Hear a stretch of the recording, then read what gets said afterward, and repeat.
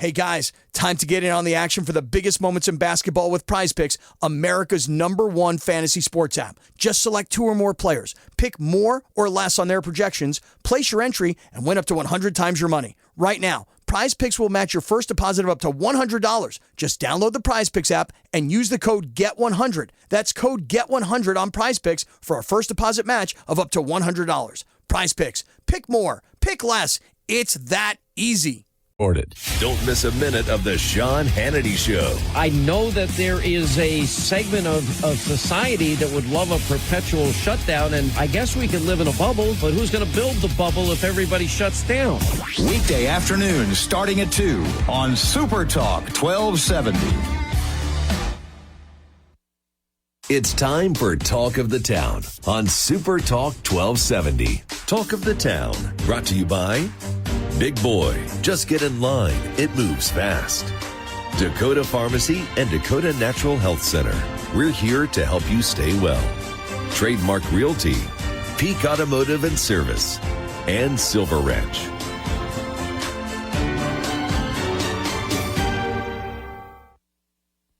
Super Talk 1270, I'm Steve Bakken, and joining us on the program, Lori Hintz. Usually we talk with her in her media capacity, but we're going to talk a little bit outside of that realm right now because Lori wears multiple hats, and one of them that she does wear is on a national stage via an elected position in North Dakota. Lori, welcome to the show.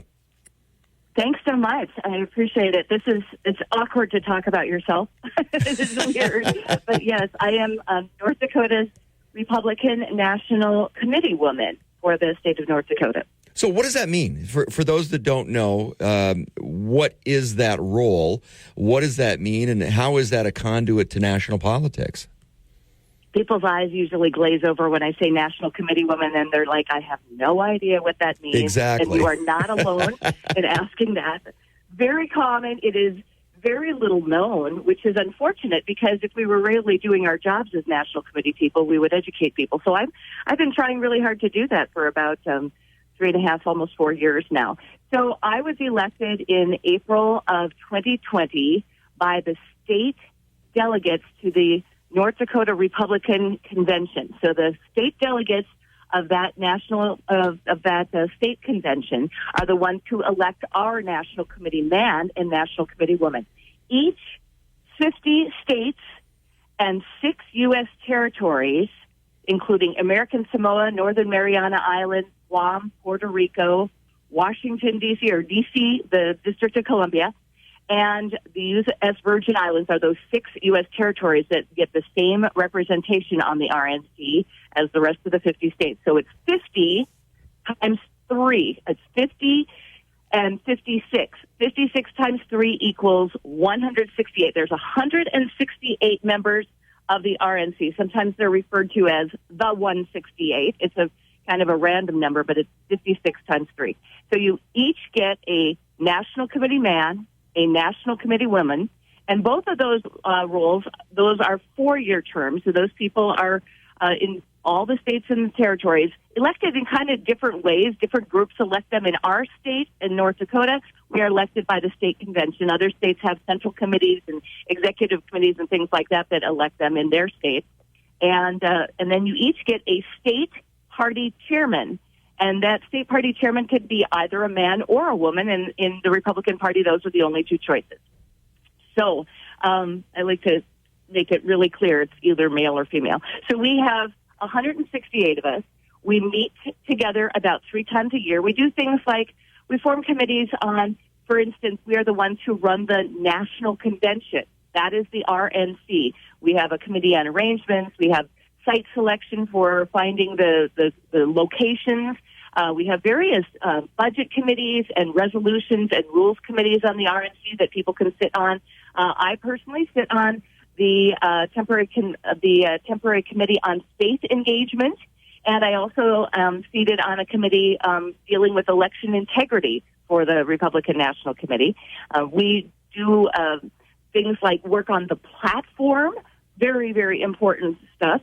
And it's just the national apparatus for the Republican Party.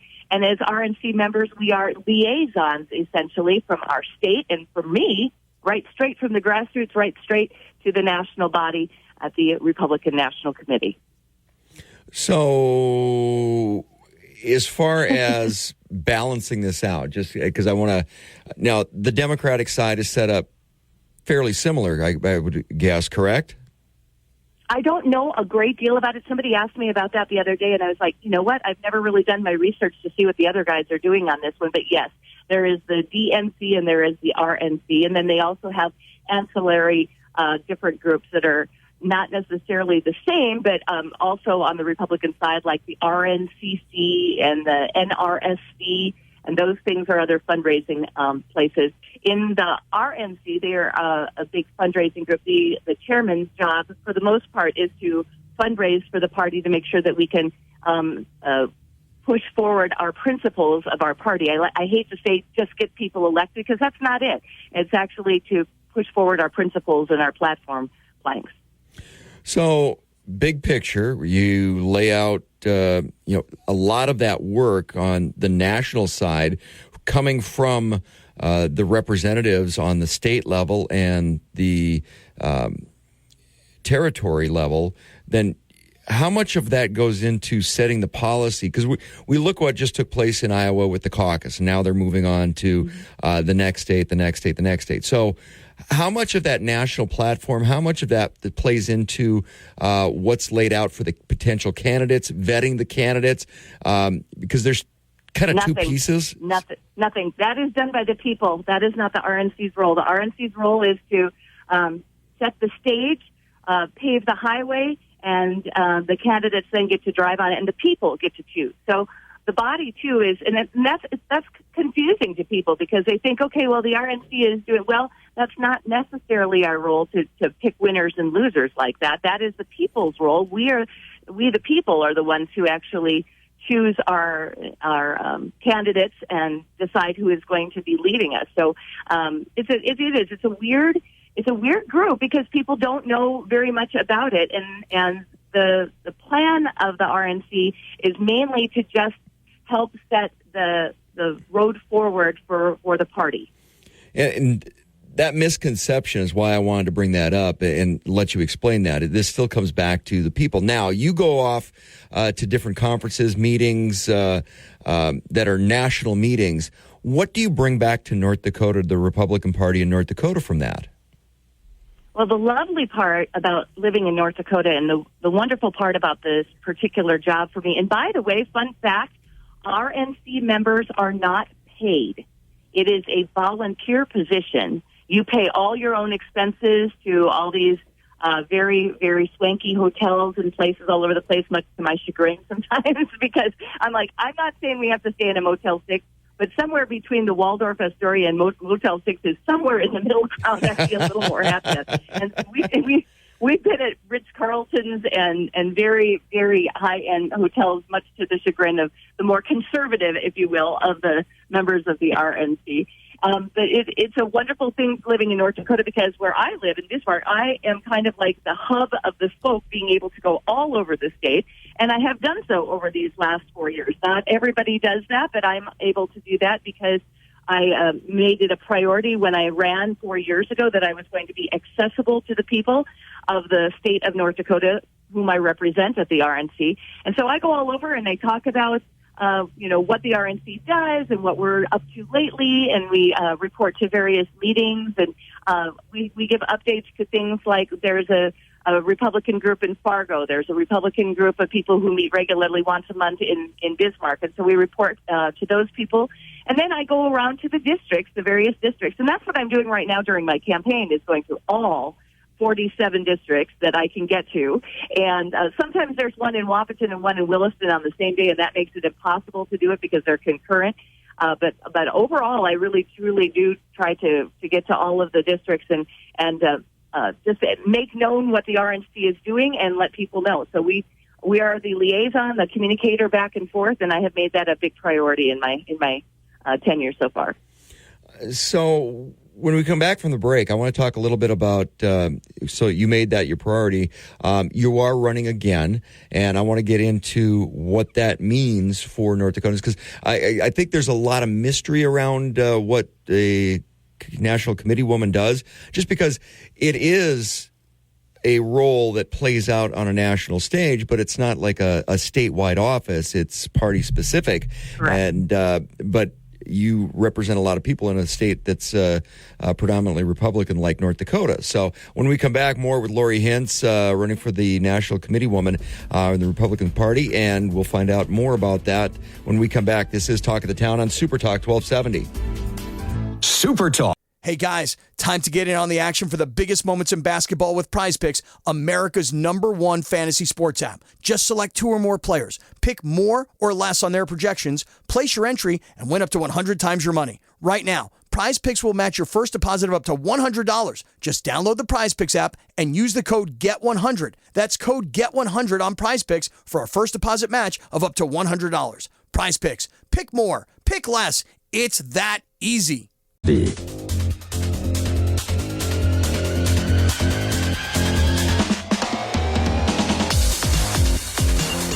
Welcome back to Talk of the Town on Super Talk 1270.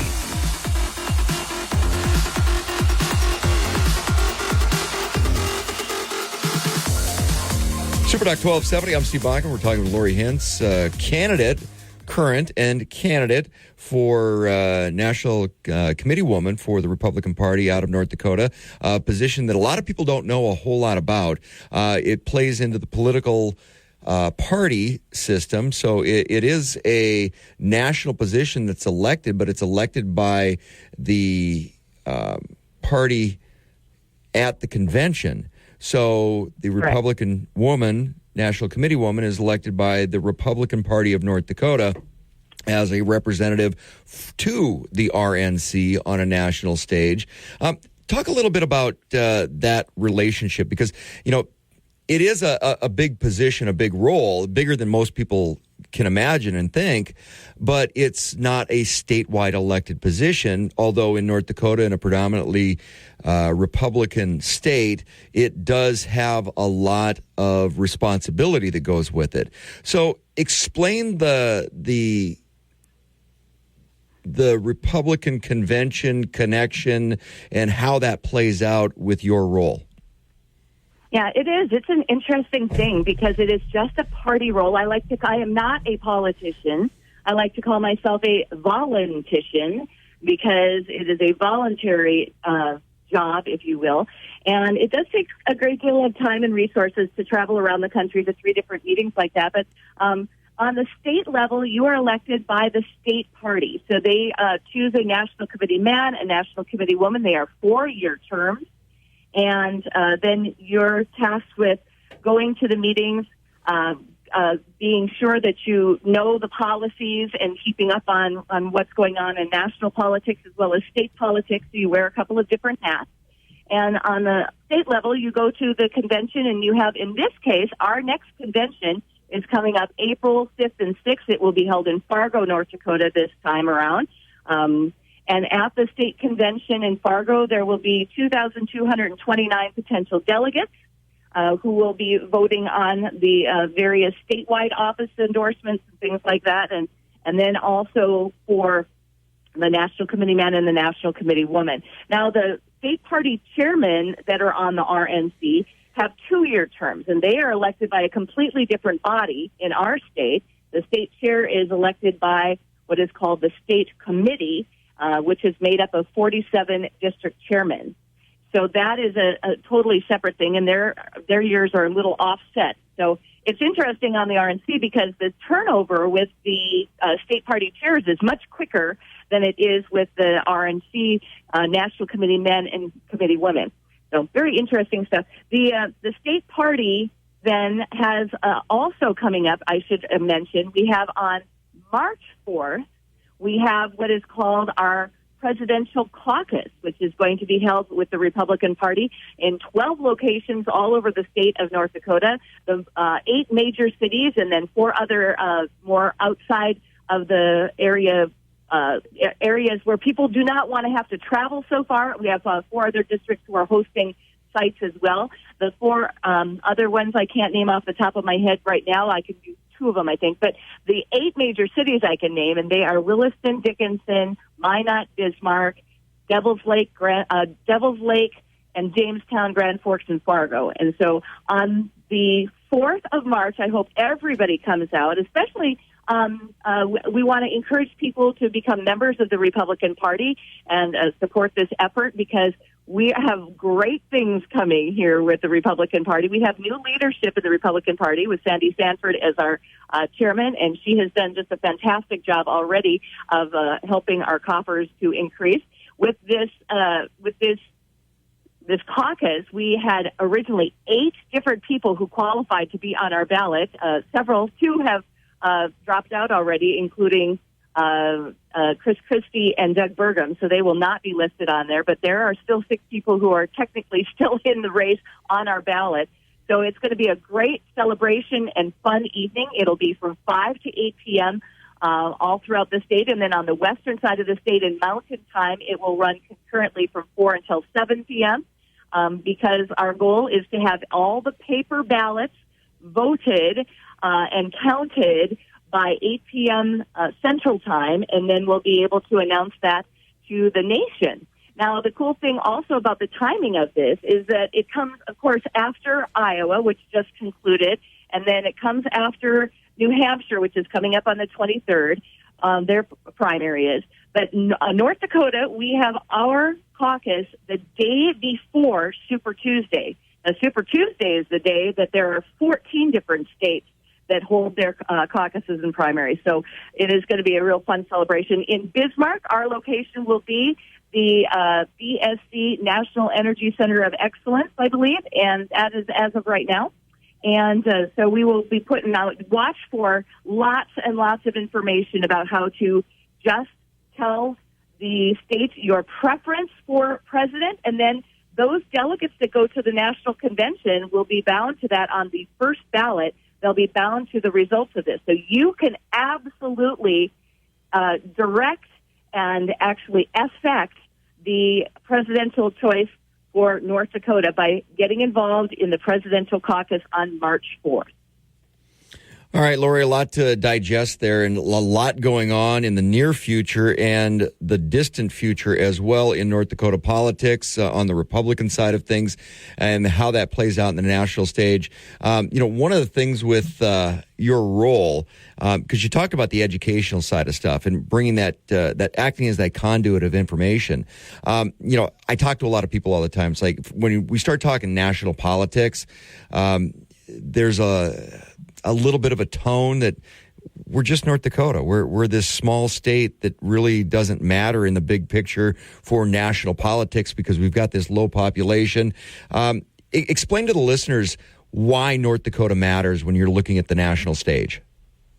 It's a really important role. The RNC is kind of, if you look at it, like the Senate of the United States government, because you've got equal representation across the entire spectrum of all the U.S. states and territories. So I have the same vote and voice representing the people of North Dakota, and they tell me exactly what they think about our leadership and about fundraising and about donations. They tell me. I share that.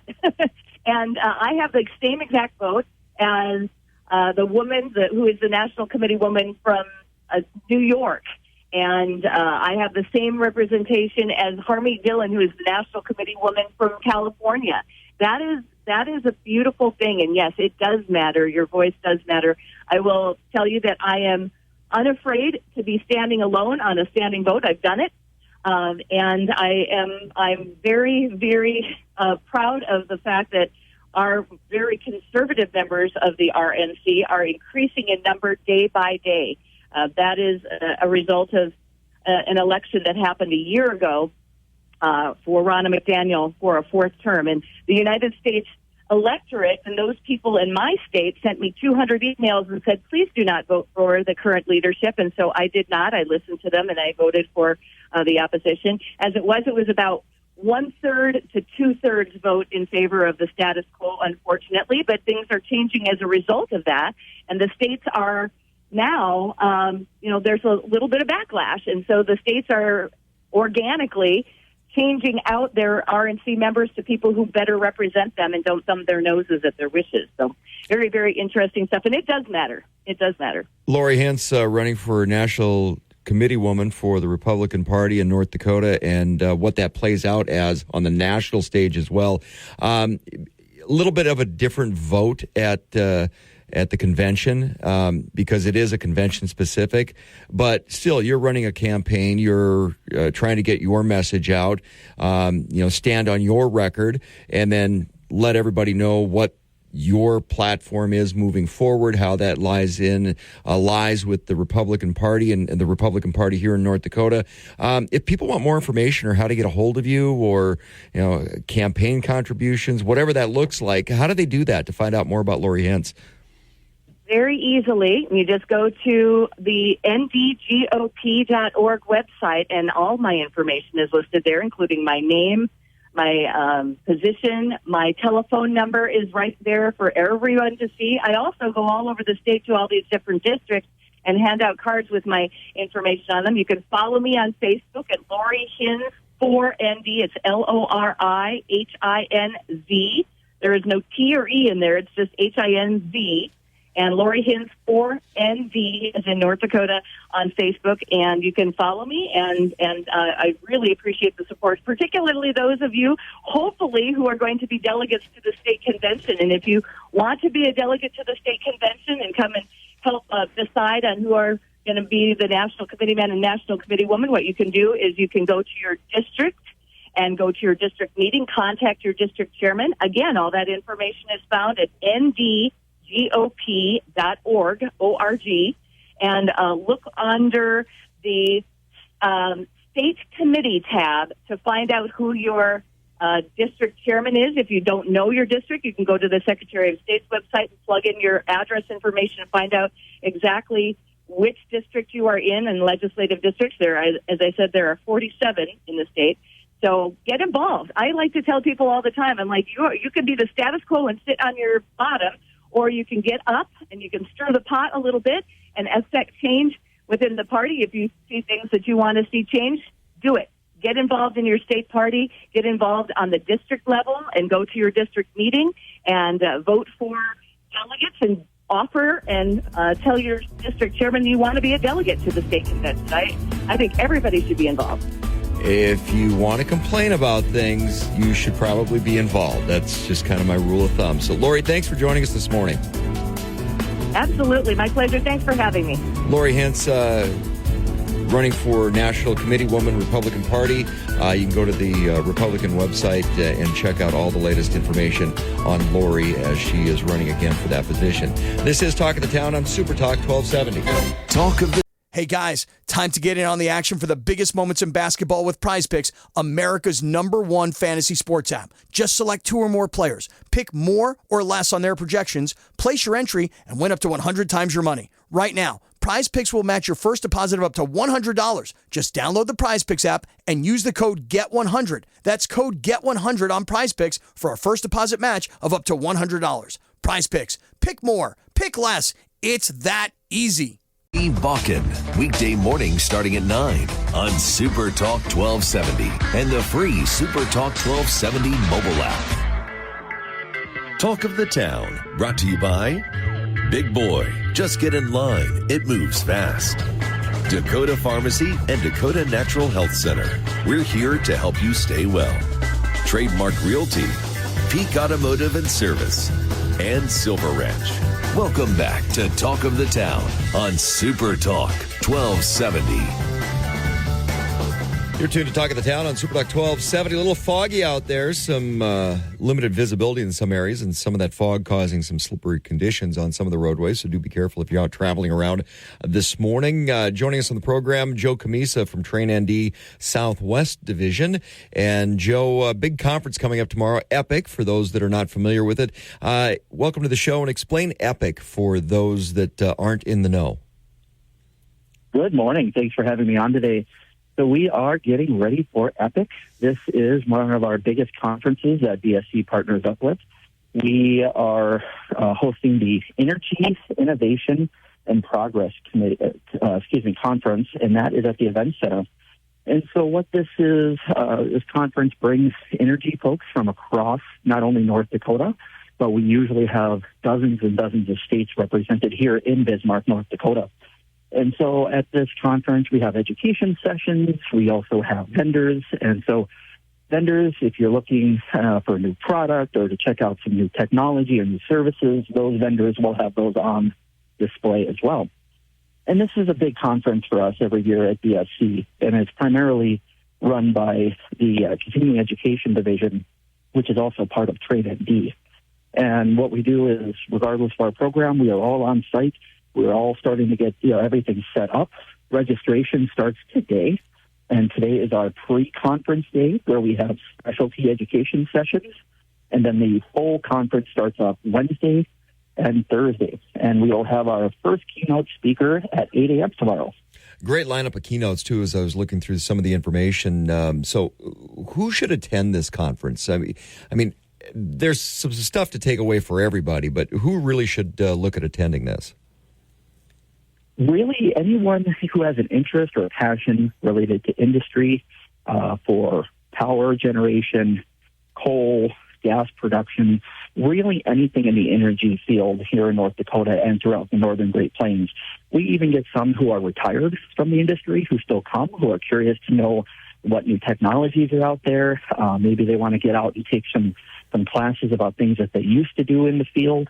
And those who are in the field who are looking to really keep their skills sharp, learn new techniques that they can bring back to their jobs. And as far as continuing education credits, those are available as well? Yes, I believe they should be.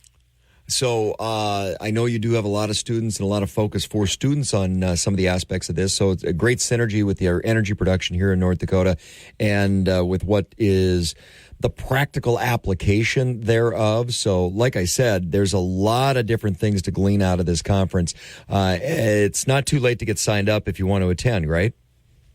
That is correct. We do have on-site registration, so you can come down to the event center and register on-site. If you wanted to register for one day, whether it be Wednesday or Thursday, the registration fee is $150.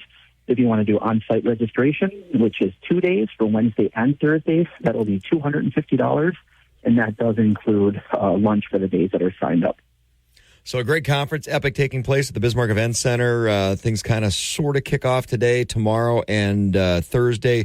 The main conference taking place. And we're going to be broadcasting live down there tomorrow morning because a lot of stuff going on with energy. Of course, Wednesday, our Energy Day here with Wattage Wednesday on Super Talk 1270's Talk of the Town. So, Joe, we will see you tomorrow and look forward to an update and a lot of great guests for the show tomorrow. Absolutely. We look forward to having you. Thanks for coming down. Joe Camiso with Train ND Southwest and Epic taking place this week at the Bismarck Event Center. This is Talk of the Town on Super Talk 1270.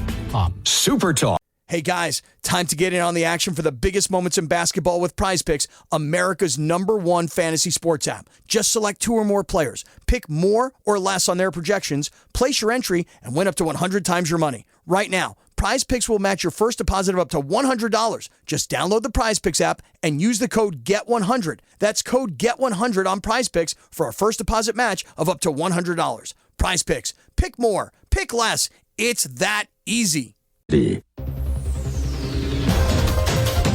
Welcome back to Talk of the Town on Super Talk 1270. You're tuned to Talk of the Town on Super Talk 1270. I'm Steve Bach and Jason Spees from the Crude Life joining us, not on a Wednesday, but on a Tuesday.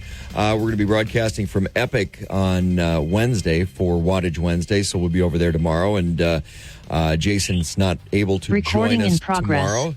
So we'll be doing a little bit of Wattage Wednesday today with Jason, and I kind of wanted to go a little different take because with Epic coming up this week, which is a lot of information, a lot of input, a lot to glean out of the energy sector.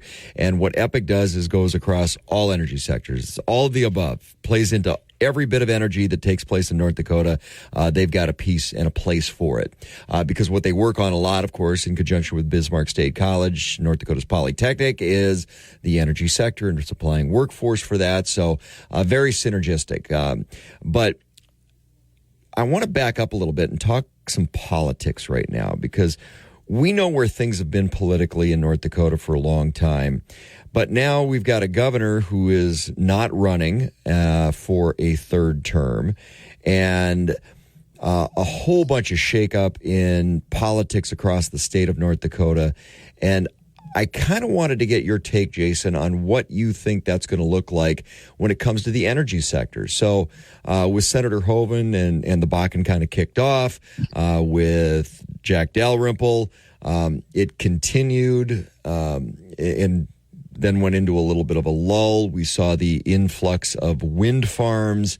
We've seen some pressure on solar. Now under Governor Burgum, we've seen this influx of carbon sequestration coming to the forefront. What's the next iteration? So we're going to have a bunch of people to jump into the race for governor. What do you think the next iteration of North Dakota energy politics should look like compared to what it's been and what it's ramped up to now with the announcement that Governor Burgum's not running?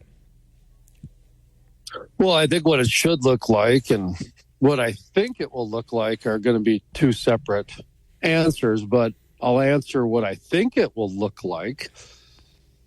And what I think it will look like is that, Steve, if you remember back when I first started the crude life, one of our very first stories was, this is not an oil boom, it's a technology boom.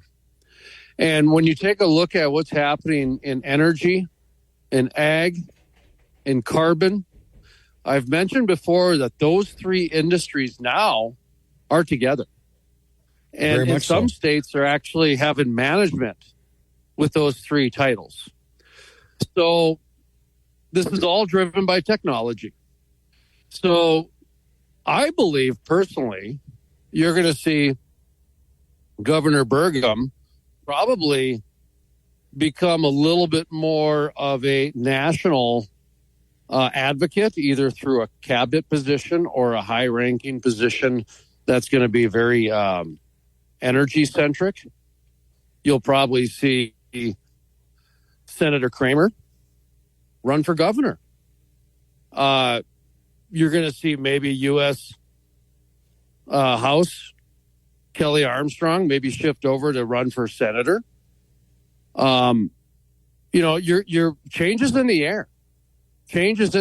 And to kind of move things around, a lot of this is going to be obviously driven by the carbon sequestration, because there are certain investments made that the state has and people involved with the state. So when I take a look at, where people are going to move, and you're going to see different appropriations and you're going to see different kind of managers of certain projects, that's how I kind of see it going, Steve. Okay, so I want to back up here a little bit, because you mentioned a name, Senator Kramer. And that's not a name that gets bandied about in mainstream media. In fact, a lot of the mainstream media is kind of looking at Kelly Armstrong as the next potential governor candidate. But Senator Kramer is interesting. I've heard that myself in back circles, but not a name you hear out in mainstream media when it comes to a potential governorship in North Dakota. Tom Campbell is another one that's out there that has, former state legislator, another name that's been out there. But the Senator Kramer I find rather interesting. I do too. It makes sense when I heard it for the first time. I've heard Tom Campbell running for governor as well. Whether these are true or not, I have no idea. This is, just hot stove baseball. It's hot potato politics here, because that's really what we're talking about. But when we're taking a look at what's driving a lot of this is going to be technology. Grand Farm, for example, the amount of money and the amount of resources, the amount of access and attention that's being put into Grand Farm is absolutely remarkable. And that's primarily a tech-driven industry on the east side of the state that's virtually public dollars. And that gets like zero press.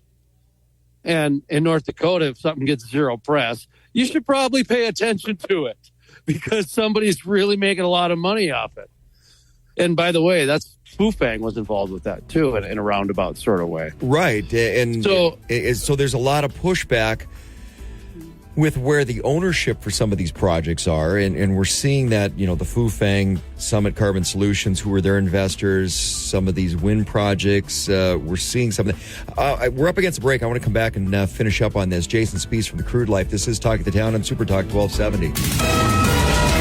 KLXX AM, Mandan, Bismarck, a Town Square media station, broadcasting from the View Community Credit Union studio. Recorded. ABC World and national news at the top of every hour on Super Talk 1270. Talk of the Town, brought to you by Big Boy, just get in line, it moves fast. Dakota Pharmacy and Dakota Natural Health Center. We're here to help you stay well. Trademark Realty, Peak Automotive and Service, and Silver Ranch. Welcome back to Talk of the Town on Super Talk 1270. Good Tuesday morning. You're tuned to Talk of the Town on Super Talk 1270. I'm Steve Bakken, along with Jason Spees from the Crude Life. You can catch Jason and the Crude Life Sunday mornings, 10 a.m. right here on Super Talk 1270. Coming up at the bottom of the hour, we're going to talk with Sarah Stogner, the Unicorn Lawyer. Kind of a little bit of a Wattage Wednesday today rather than tomorrow, because tomorrow we're going to be broadcasting from the EPIC Conference in Bismarck at the Bismarck Event Center. So we'll have our private public picks coming up a little bit later on this morning as well. And I'm going to say this, guys, I smoked you when it comes to the picks. Now I'm getting cocky, so watch me go over for this coming weekend. But we'll get to that a little bit later in the program. We're talking a little politics and how that's going to play out into the energy sector and the energy portfolio of North Dakota. And we've thrown out some names out there.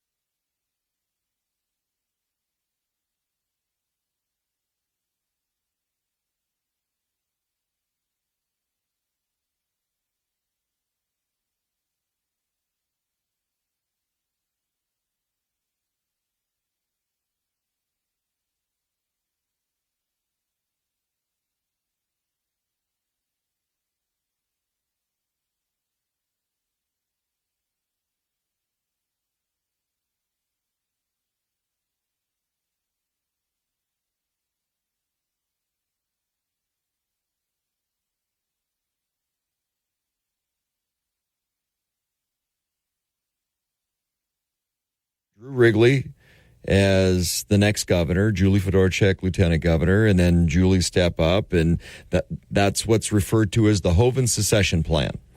Okay, so all laid out. You've heard of this too. Yeah, and then Burgum kind of, when Drew wasn't a viable candidate, then that opened up the door for Doug Burgum.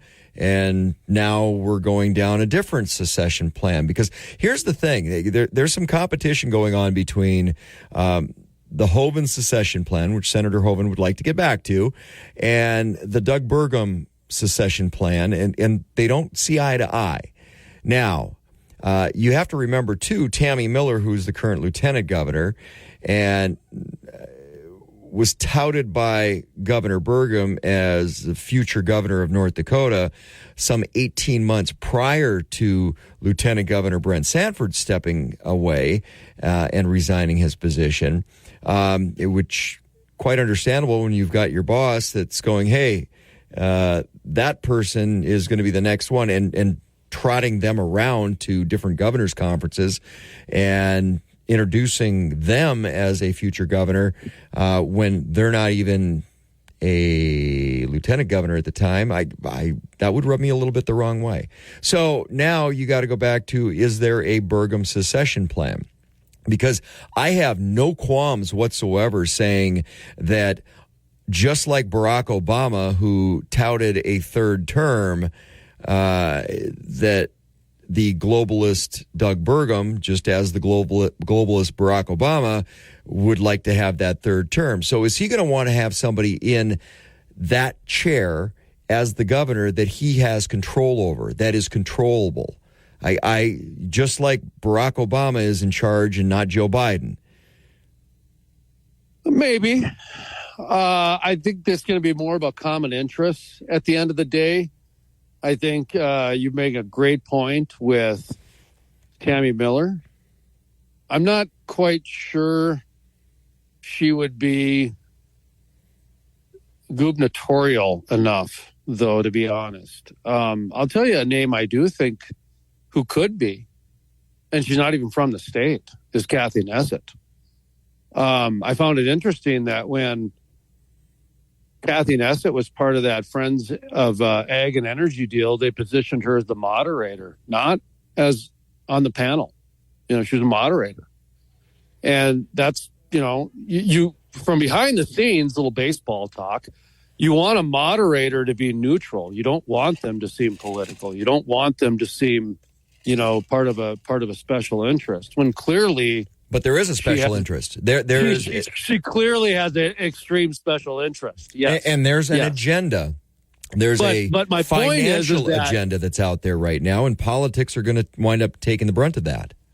But when we're talking about politics, if you put Tammy Miller next to Kathy Nessett, most North Dakota people will vote for Kathy Nessett. When she smiles, she lights up a room. Kathy Nessett has a terrific smile. She really knows how to she knows how to glad hand really well. I don't think she can debate well. That might be her downfall, but if she were to run as a Republican, of course, most Republicans are going to win. But Steve, I'll tell you, a woman that would probably win is Heidi Heitkamp. If Heidi Heitkamp came out of nowhere, now you're talking about a female that could really cause some shockwaves through the governor's race. Have you even thought of that? Have you heard of that at all? Well, I've heard that the Heitkamps are not done in politics yet. Whether it's Heidi or Joel, they're not finished. And Heidi is sitting on a rather large campaign nest egg. Here's what I tell people about Heidi Heitkamp when they ask. Because, with the crude life, I always say she did a lot for North Dakota Energy. Mm-hmm. She did. What really caused her snafu, if you will, was the Obamacare, health care. There were some issues there, and she couldn't really get away from that. Well, she got stuck in the party politics on the national stage and forgot about North Dakota first. And I won't say she forgot about it. I just say she was pigeonholed away from North Dakota for what's in the best interest of North Dakota. When you take a look at what she did with exporting for the importing and exporting bank, and what she did with her exporting crude oil, you could argue she did more for the oil and gas industry in North Dakota than a lot of our Republicans have. Now, I'm being serious. Jason, I was in Washington, D.C. for XM Bank, supporting some of the initiatives because we've got a bunch of great North Dakota companies. And guess who was at the forefront of that? Heidi Heitkamp. Yeah, I know. I'm like, why? I was a little taken back the first time I was there because I was there supporting Killdeer Mountain Manufacturing out of Killdeer and Dickinson and a few other North Dakota companies that needed that to be able to compete within the marketplace on a national and a global perspective. It's a good thing. The XM Bank is a good thing when it comes for a small state and smaller companies to be able to compete on that level. And we've got some of those companies besides just the agricultural side, just besides the oil export and some of the industries. We've got those companies that can compete, but that's a different discussion for a different time. But you're right. Heidi was the one that was pushing that for North Dakotans. Here's another example. Okay. Heidi Heidkamp went toe-to-toe and had no problem with Rex Tillerson. Could you imagine Tammy Miller and Rex Tillerson? Now, I could see Kathy Nessett and Rex Tillerson, but Rex Tillerson would chew up and spit out Tammy Miller. It would just be unbelievable. So there's another consideration as, like somebody like Heidi or somebody like Kathy Nessett or, we talked about Julie Fedorchak or Tammy Miller. If they've got to work with the oil and gas industry, that's a whole different ballgame. And, two of the three held their own that I saw, and from that's it's a different world, Steve. Is all I'm saying when you're talking about those different dynamics and everything. But I think a lot of people, the moral of the story, we kind of got off track a little bit, is when we're talking about politics and we're moving some different potatoes around and shuffling some things and playing hot potato, if you will. I wouldn't rule out a female running for governor now that Burgum has stepped down. And I think that is a serious statement. And I think a lot of people in North Dakota are waiting for that too. I would, I'd be interested to see that, but as long as they were running and not being run, because there's a difference. And there's a lot of brokering going on behind the scenes right now. And I think people need to be aware of that. Jason Spees from the Crude Life. You can catch Crude Life Sunday mornings right here on Super Talk 1270. This is Talk of the Town on Super Talk 1270. Hey guys, time to get in on the action for the biggest moments in basketball with Prize Picks, America's #1 fantasy sports app. Just select 2 or more players, pick more or less on their projections, place your entry, and win up to 100 times your money. Right now, Prize Picks will match your first deposit of up to $100. Just download the Prize Picks app and use the code GET100. That's code GET100 on Prize Picks for a first deposit match of up to $100. Prize Picks. Pick more. Pick less. It's that easy. Welcome back to Talk of the Town on Super Talk 1270. You're tuned to Talk of the Town on Super Talk 1270. I'm Steve Bach along with Jason Spees from the Crude Life. You can catch Jason Sunday mornings, 10 a.m. right here on Super Talk 1270. We're talking about North Dakota politics, how that comes back to a lot of policies, a lot of the energy sector with the all of the above. Of course, we're going to be broadcasting from Epic at the Bismarck Event Center tomorrow with BSC and Train ND. But when you start looking at some of the bigger picture races, governor, of course, is going to be the interesting one. The House race always is. The Senate race could be if Senator Kramer winds up jumping into the governor's race. I want to come back a little bit and dial that down into some statewide politics. The legislature. Yeah. There's a lot of Republican legislators that are choosing not to run. They haven't termed out. Now that we have term limits, that's a consideration here in North Dakota, but we haven't termed out yet. But there's a lot that are not running. The biggest 2 names I've seen so far, and there's a bunch of names, are the Roarses. Shannon Roars-Jones out of Fargo and her father, Jim, Senate and House, not running again. There's a lot of Republicans that are not running again. And I'm wondering, and I've said this before, and I'm conservative, but there needs to be some balance. And if the pendulum swings too far one way, it's going to swing back the other way at some point. Things belong in equilibrium. Gravity will take over and swing that sucker back. Is there and you got to remember, we have a dysfunctional Democratic Party in North Dakota, which has really opened up the door for a lot of missteps by the Republican Party or people that we've got a lot of rhinos in office.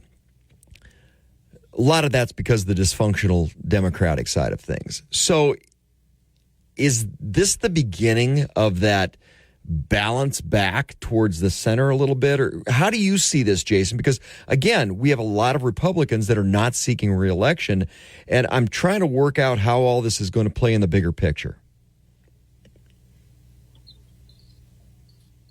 Well, I think North Dakota is going through a few changes, of course, whether those changes are going to happen through a Democrat or Republican, or whether that change is going to happen through a Republican in name only, otherwise known as rhinos, but it used to be called the Tea Party in some respects on the other side. And so you have kind of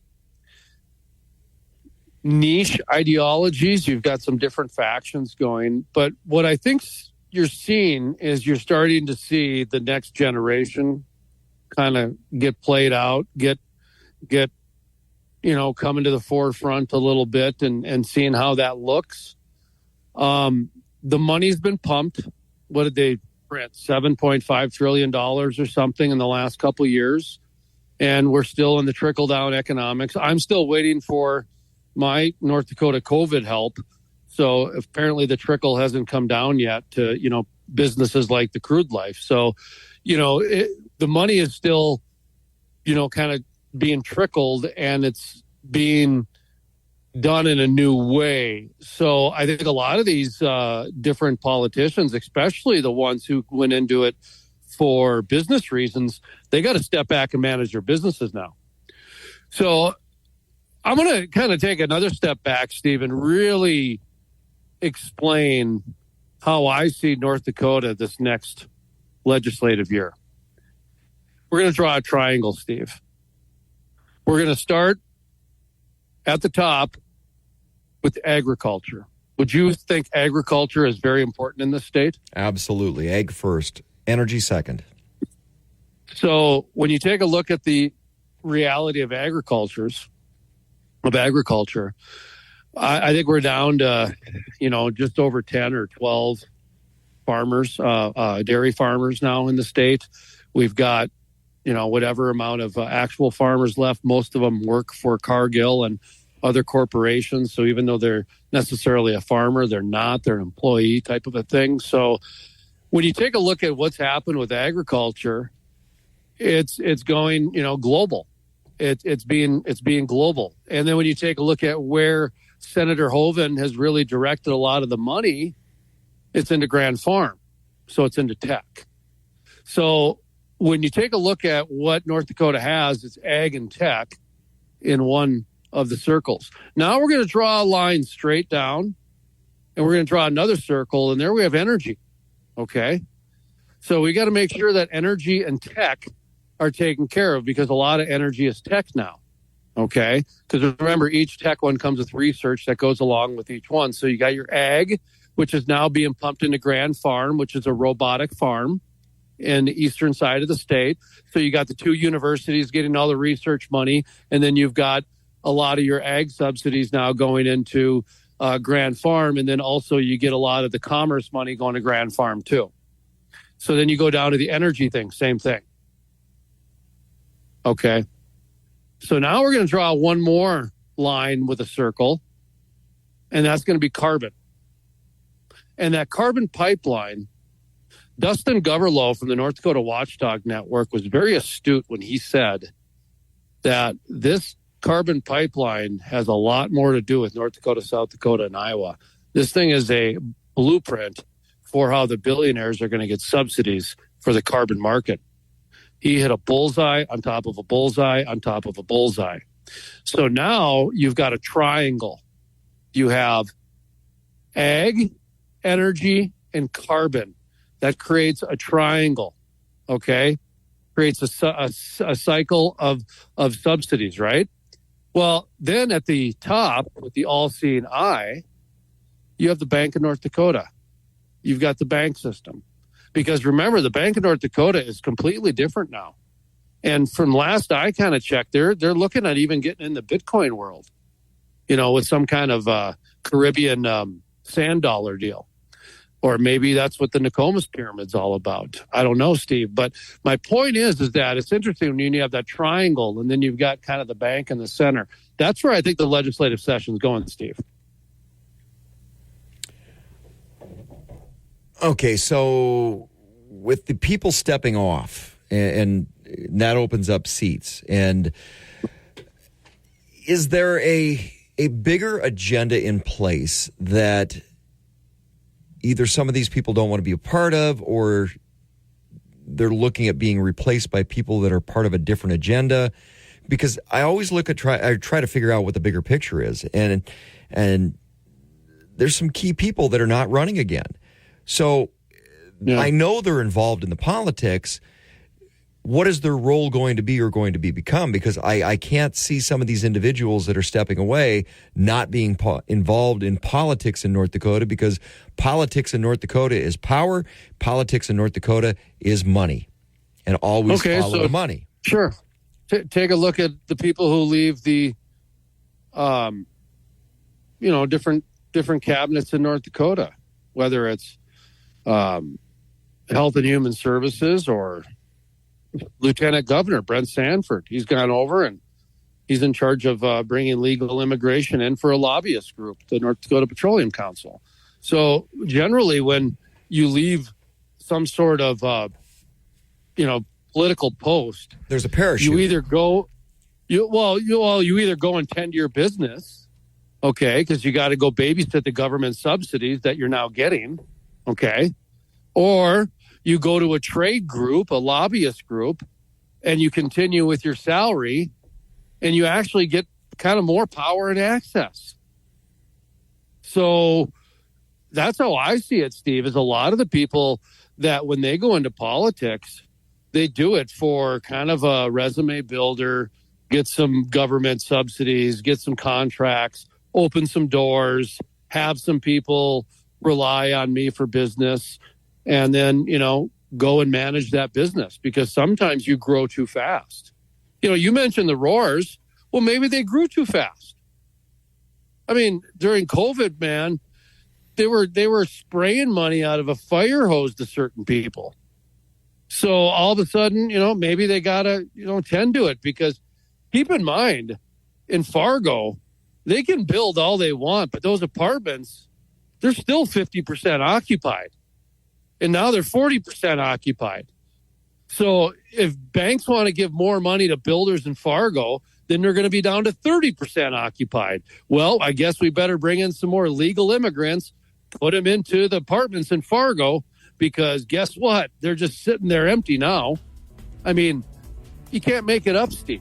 Well, I know some of the businesses, some of the people we'd mentioned. It's 6 different businesses collecting COVID money. So, interesting stuff. Jason, we'll leave it there. We'll follow more of the politics and how that plays back in the state and back to the energy side of stuff here in North Dakota. Don't forget, we're going to be broadcasting from Epic tomorrow at the Bismarck Events Center. When we come back, our unicorn lawyer, Sarah Stogner, is going to be joining us, the latest on the update of whether or not she still has her pilot's license or not. And we'll get to our private-public picks. This is Talk of the Town on Super Talk 1270. Talk of the Town. Hey guys, time to get in on the action for the biggest moments in basketball with Prize Picks, America's #1 fantasy sports app. Just select 2 or more players, pick more or less on their projections, place your entry, and win up to 100 times your money. Right now, Prize Picks will match your first deposit of up to $100. Just download the Prize Picks app and use the code GET100. That's code GET100 on Prize Picks for a first deposit match of up to $100. Prize Picks. Pick more. Pick less. It's that easy. Bakken, weekday mornings starting at 9 on Super Talk 1270 and the free Super Talk 1270 mobile app. Talk of the Town, brought to you by Big Boy, just get in line, it moves fast. Dakota Pharmacy and Dakota Natural Health Center, we're here to help you stay well. Trademark Realty, Peak Automotive and Service, and Silver Ranch. You're tuned to Talk of the Town on Super Talk 1270. I'm Steve Bakken, along with Jason Spees from the Crude Life. You can catch Crude Life Sunday mornings, 10 a.m. right here on Super Talk 1270. Also, Sarah Stogner, the unicorn lawyer, joining us. And Sarah, do you still have your pilot's license? I still do. They have not caught me riding dirty yet. Okay, we're referencing basically a saltwater spill, and sort of, I guess. Do you define it as a spill, or is it just an ecological mess that's taking place down in Texas? It is a man-made ecological disaster, also known as a well control event or a well blowout. So basically, and I went back and looked some footage from some of the similar situations over in the Middle East back in the 30s and the 40s and through World War II. And basically, they created some saltwater marshes is what they had done. And it's being replicated down in Texas right now. It is, unfortunately. We've got a lot of naturally occurring salt domes. Geologically, oil would get trapped near those salt domes. And so they were attractive for the wildcatters. They also had sulfur. Originally, they would mine sulfur out of them. But what happens is that salt is really fragile. I don't know of a better word. I'm sure there's a geological term for it. But when it comes into contact with water, it dissolves in the water, and then we get sinkholes that form because the weight of the earth above it collapses in on itself. It's actually not dissimilar from, you see the sinkholes that take place down in Florida with the limestone after the water deteriorates the limestone. And now salt, much more fragile, not as stable as limestone, happens much quicker. So kind of similar to what you see with a sinkhole taking place in a heavy rain event. That's what's going on in Texas right now. Correct. So, from a media perspective, you were busy doing a news story for a local station out of Houston. How much media is this starting to get? Because I know you kind of pushed the envelope a little bit with your no-fly zone, push back on the Railroad Commission down there. Is this getting press? Is this starting to become a story? Because, for Jason and I, this is a big deal from an industry perspective. Yeah, it is. I had an interview this morning with the news station out of Austin. I've had some national folks reach out. I don't want to jinx it yet because they haven't told me that they're going to actually cover it. But yes, we're starting to get, I think, kind of the recognition that this deserves. One question for you, Sarah. These wells that are turning into kind of the saltwater, swamp, marshy type things, how old are these wells? Are these considered, orphan wells? Are these wells that, were, plugged 10 years ago and now they just seem to be leaking? Just give us an idea on the timeline on that. Yeah, so I've seen wells, as old as drilled in the 30s and 40s failing. I've also seen wells drilled in 2008 failing.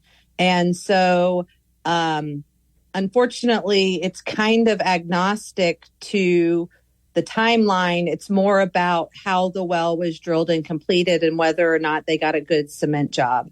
And unfortunately, I don't think that there's a well bore out there that can sustain the types of subsurface pressures that we're creating with the overinjection of oil and gas wastewater or produced water. And so we're going to have to get control of our water. In Texas, we inject 19 to 23 million barrels of water per day subsurface, and we're not injecting them into the same zone that it came out of, right? So that means that you are pumping, there's 42 gallons in a barrel.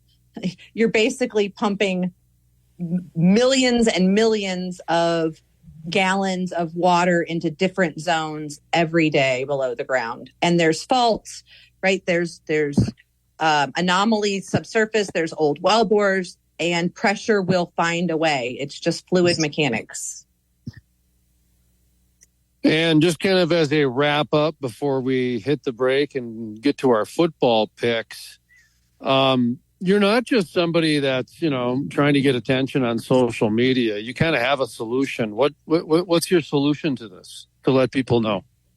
Yeah, I mean, we just need common sense enforcement of the existing regulations. They've decreased injecting water in all of the bordering states, and they're still shipping it to Texas. And so what we need people in Texas to go and vote in the primaries. We've got to get rid of the incumbent railroad commissioners, and we've got to elect people who will help make the tough decisions of how do we deal with this without destroying our oil and gas economy, because the solution's not to just stop producing oil and gas and become dependent on Russia and Venezuela. It's to responsibly produce oil and gas in Texas, and we can power the United States for tens of years to come, right? Decades into the future, we're getting better and better at producing oil and natural gas. We've got more technologies coming, and we need leaders that are willing to make logical policy decisions based on what's best long term and let capitalism solve the problems. So, Sarah, when you start looking at solutions to problems, because to me it comes down to there's financial ramifications, you're going to have to invest to solve the problem. But if you're investing on the front side, usually you're not having to make as big an investment on the backside. Has the industry been receptive to how to preserve the resource by doing a better job on that front side? Or is it just Billy be damned and drill baby drill? It's the latter, unfortunately. It's drill baby drill, and then I'll flip it and it won't be my problem. And so what it's doing is it's becoming private profit and public cleanup, which I don't think even the most liberal Democrats, right, think that that's okay. And so, we've got to do something, and we've got to educate people on the value of domestically produced oil and gas and change expectations that you can't responsibly produce a barrel of oil for less than $100. So if we can't responsibly produce it, then we shouldn't be selling it. Sarah Stogner, Unicorn lawyer down in Texas. When we come back, our private public picks, and I'm going to tease you a little bit, but I did well. I did very well. This is Talk of the Town on Super Talk 1270.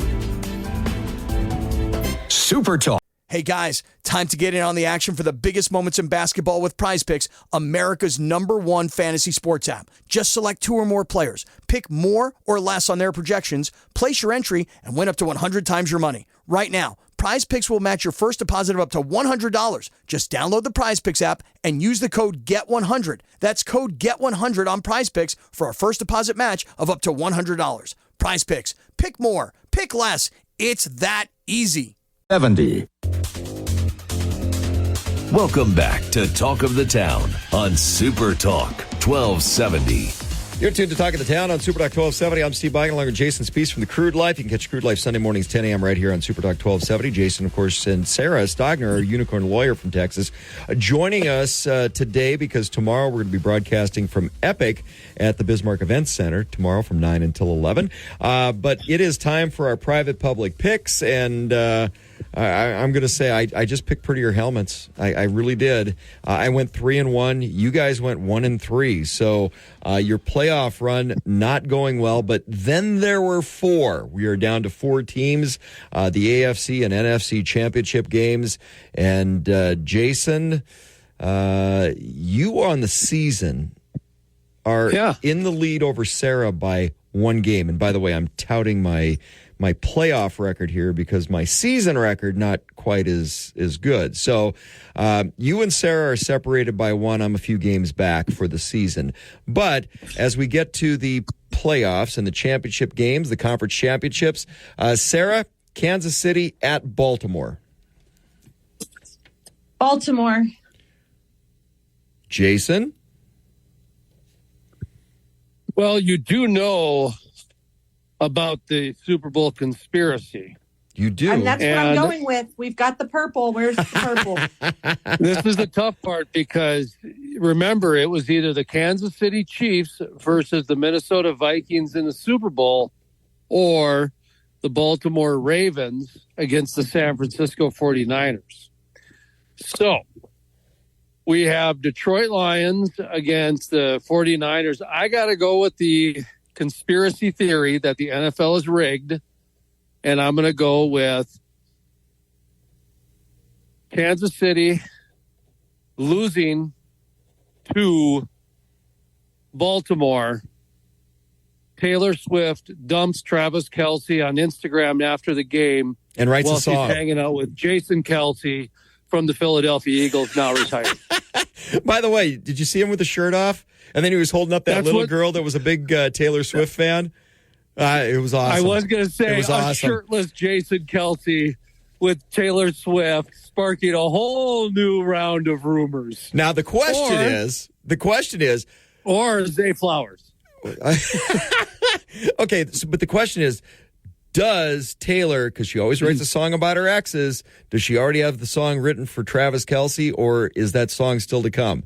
That is the question. So, to be immortalized in a song. You know, the thing is, though, if Baltimore were to lose, now the conspiracy theory is out the window because there's no purple team anymore. So Detroit Lions at I'm going to go Baltimore as well. Detroit Lions at San Francisco 49ers. Sarah? Okay, so this is where I'm going to go with the Lions. Wow.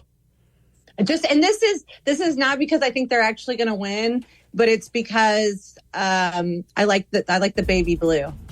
Oh, there. Honolulu Blue. All year I went with who I thought should win, but this time I'm going completely colors. So Honolulu Blue. Jason? Hey, man, the Motor City Kitties, that's a good pick. So I got to go back to Taylor Swift here for just a second because 20 seconds, Jason. Okay, fine. Taylor Swift writes song about men that she ends up dumping. She voted for Joe Biden. Of course, the Kansas City Chiefs are going to lose, and the San Francisco 49ers are going to win. KLXX AM, Mandan, Bismarck, a Town Square media station, broadcasting from the View Community Credit Union Studio. Hey guys, time to get in on the action for the biggest moments in basketball with Prize Picks, America's #1 fantasy sports app. Just select 2 or more players, pick more or less on their projections, place your entry, and win up to 100 times your money. Right now, Prize Picks will match your first deposit of up to $100. Just download the Prize Picks app and use the code GET100. That's code GET100 on Prize Picks for a first deposit match of up to $100. Prize Picks. Pick more. Pick less. It's that easy.